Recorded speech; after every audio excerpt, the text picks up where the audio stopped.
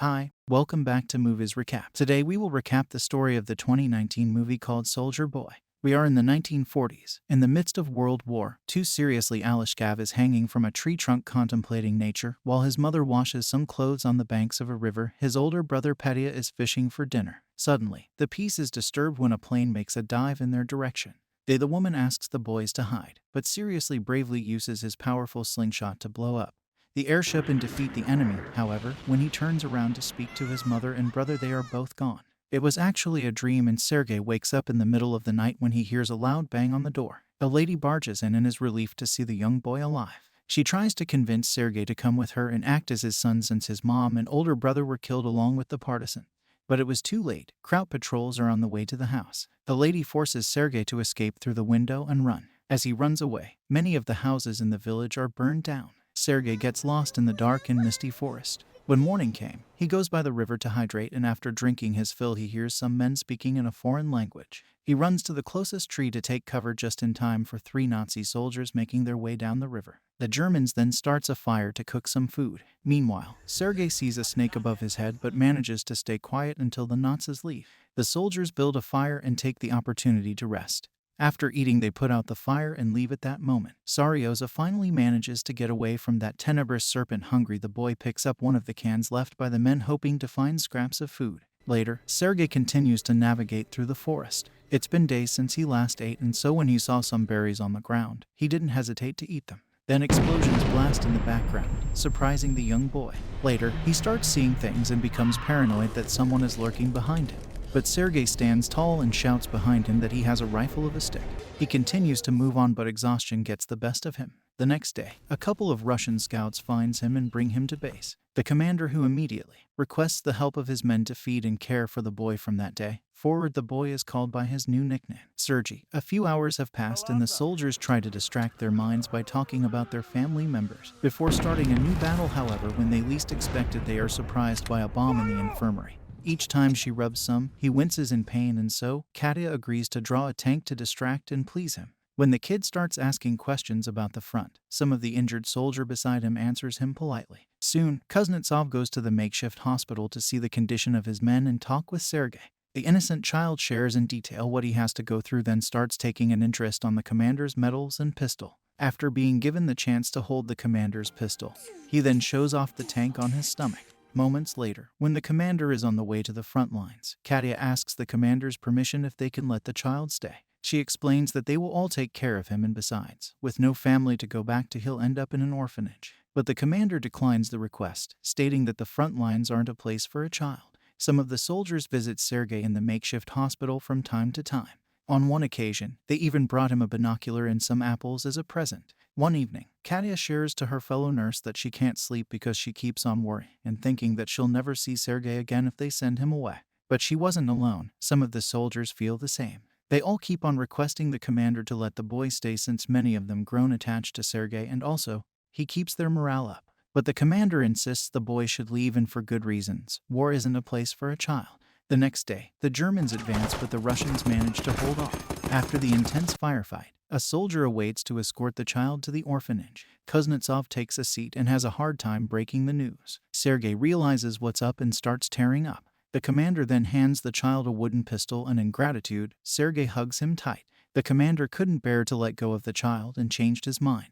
He then asks Sergei if he wanted to be his son. And of course, the child answered yes. At night, the soldiers excitedly gather to plan on how to make Sergei's military uniform. Meanwhile, Sergei dreams of a memory from the past before the war. The whole family going about their day in a carriage. By morning, the commander wakes Sergei and surprises him with the uniform.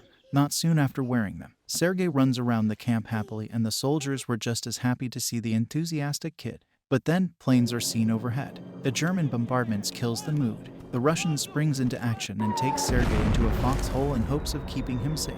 After the bombing, the number of wounded increases. Sergei tries to look for the commander and Katya amidst the chaos, but since he couldn't find them, he tries to be useful by giving water to the thirsty soldiers. While helping out, one of the soldiers requests Sergei to read a letter since he couldn't see. Sergei couldn't read either and makes up a story about a cow. The blind soldier voices out that he doesn't have a cow, but the other injured soldier let him continue and laugh it off. Eventually, other injured soldiers let the young child read their letters as well. Later, Kuznetsov sees Sergei sleeping on Katya's lap. The commander clearly has feelings for the beautiful nurse and tries to confess his feelings but gets tongue-tied.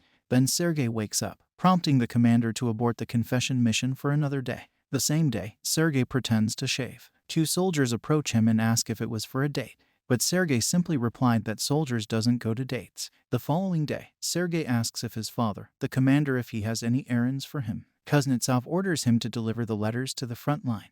Without hesitation, the young boy gets the letters and hands them over to the soldiers, easing the tension. Subsequently, while playing around with his binoculars, he spots a suspicious leg among the hay. He then runs over to the soldiers having a meal to report it. At first, the soldiers didn't believe him, but they decide to check it out anyway. Sergei leads the way and instructs them where to find the enemies. Turns out he was right.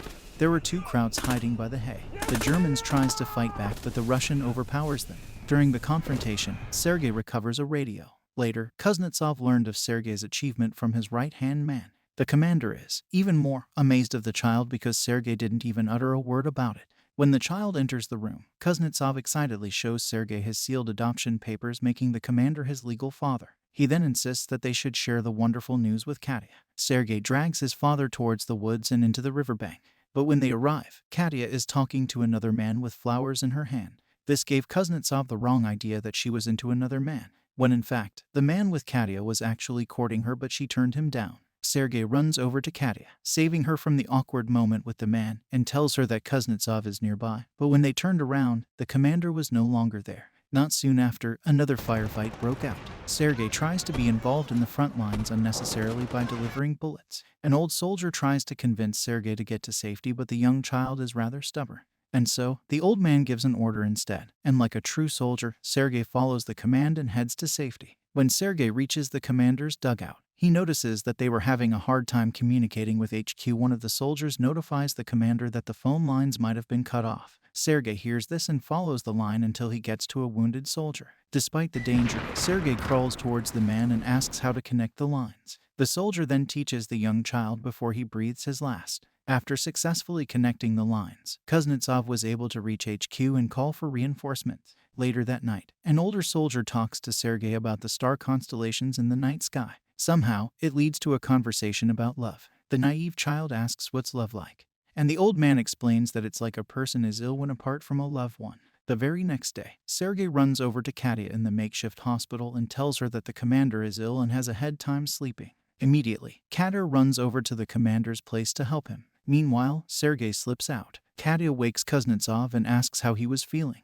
Kuznetsov then composes himself, replies that there's nothing wrong with him, and realizes that it was Sergei's little ploy to get them together. After hearing that the commander's fine, Katya storms out, but Kuznetsov goes after her. Katya is over the moon, but before she can say anything, a soldier approaches them and gives the commander a letter saying they have been dispatched from the base. The following day, all the soldiers leave for their new base along with Sergei. However, on their way they come across a minefield that blows off some of their vehicles. The commander is hurt while the group's orderly, who Sergei was close with, dies. In the explosion, he cries and hugs the commander.